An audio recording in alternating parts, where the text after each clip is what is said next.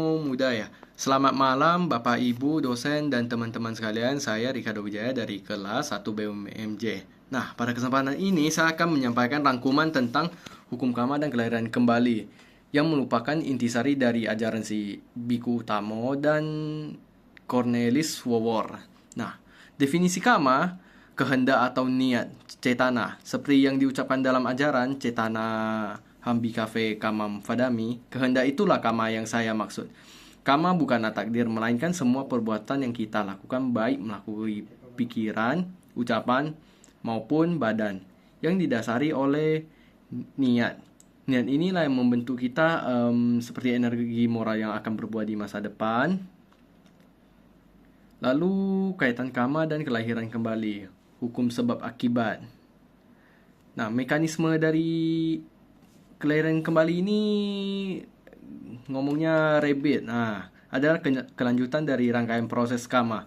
Ketika kehidupan berakhir, bukan jiwa atau roh kita itu kekal ya, atman yang berpindah, melainkan pola energi karma dan kesadaran yang berkelanjutan yang mencari bentuk baru. Ini ibaratnya kayak api kan, yang dia menyala, tapi api baru, bukan api yang sama tapi dia berpindah. Ya.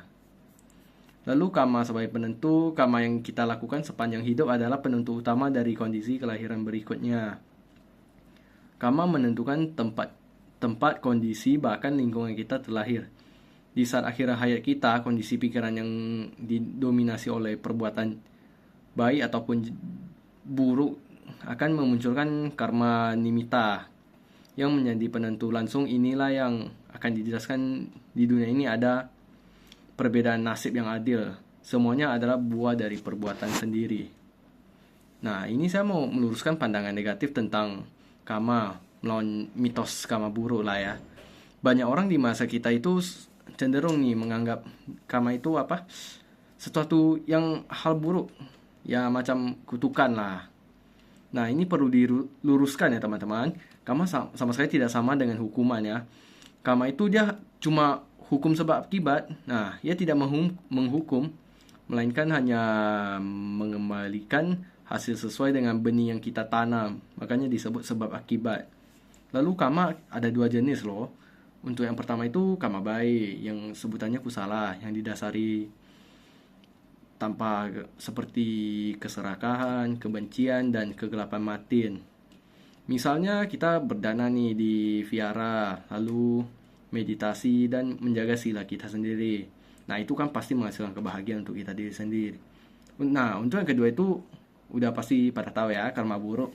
Nah, yaitu aku salah. Ini didasari oleh 3 akar kejahatan ya, seperti membunuh, berbohong, dan mencuri. Nah, ini menghasilkan penderitaan kepada kita diri sendiri ya. Lalu karma pada masa kini itu lebih penting loh. Kita tidak bisa mengubah karma masa lalu. Namun kita bisa nih kayak membuat karma baik yang baru. Yang menjadi penentu utama kita teman-teman. Bahkan melampaui potensi karma buruk masa lalu yang ringan.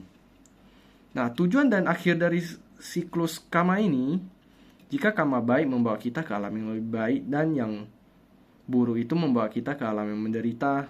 Nah, tujuan kita sebenarnya apa sih? Nah, tujuan tertinggi dalam ajaran Buddha itu mengakhiri siklus kelahiran kembali kita sendiri. Walau kita di alam yang baik sekalipun, itu tetaplah sumber penderitaan. Nah, jalan keluar siklus ini dapat dihentikan dengan mempraktikkan itu. Jalan mulia berunsur 8.